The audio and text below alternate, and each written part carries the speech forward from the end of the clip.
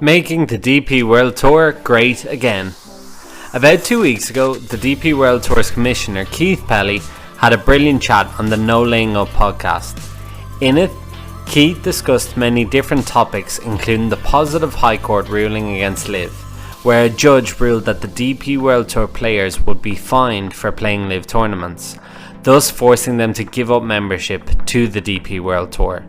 He also discussed his thoughts on the success and good things about the DP World Tour, despite maybe the tour being in a difficult, declining spot. In this video, we will break down this conversation so that you are up to date, and we'll also add some of our own thoughts around how the DP World Tour can reach the height it hits in the 90s and become a behemoth in the world of golf again.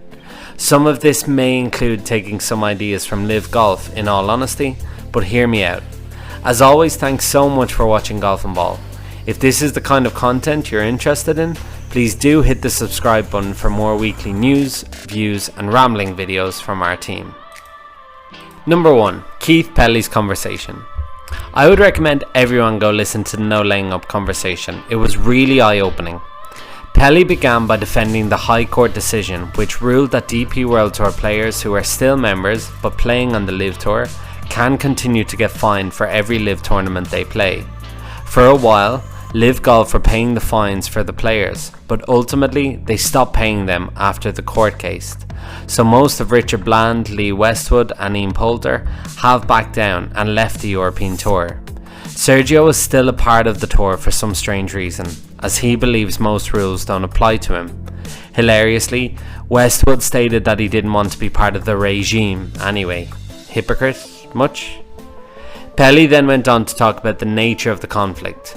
He said that LIV is quite clearly a rival tour, and in this case he's not going to help them out. He doesn't want players playing in it, and he's not going to make it easy for them. Pelley talked so much sense when talking about the PGA Tour then. They are partners, so there's no clear rivalry. The top 10 players earn a PGA Tour card every year, and the PGA Tour backs up the DP World Tour prizes. They compete in largely different time zones, and players can decide fairly if they want to play different tournaments. The partnership works here. He really destroyed all the silly arguments based on LIV versus the PGA Tour with regards to the DP World Tour. He spoke really well about the state of the DP World Tour. He clearly sees it as a feeder tour and loves the position it's in. It takes in golfers from around the world and gives them a chance to earn millions on the PGA Tour. He also sees it as a way to give chances to new talent while truly becoming a global tour. He knows it is not competing with the PGA Tour and may even be second to LIV in some people's eyes, but he is happy where it is. This is fair. The DP World Tour puts on some fantastic events all around the world. The United Arab Emirates supporting it so much is fantastic.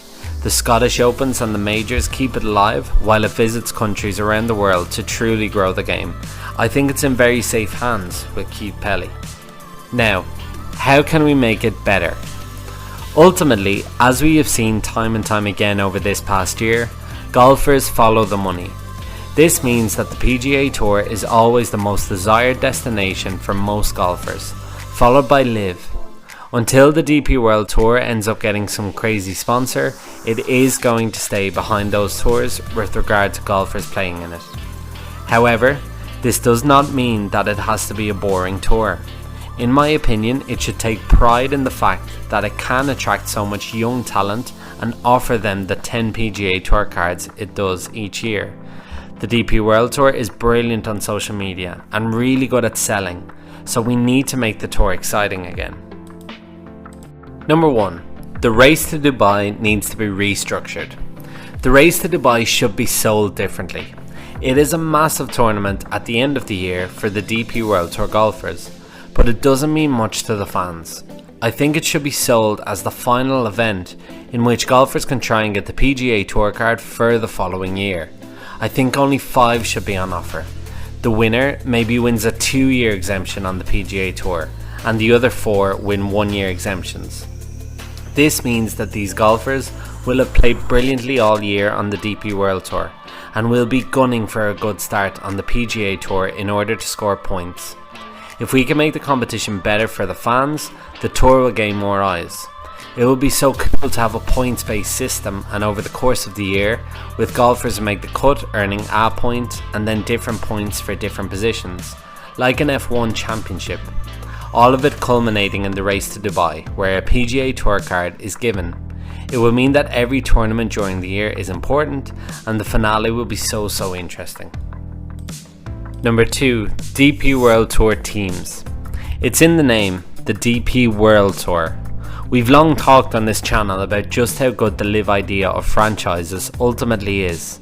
Now unfortunately for LIV, they mean absolutely nothing, but the DP World Tour has the power to make them mean something.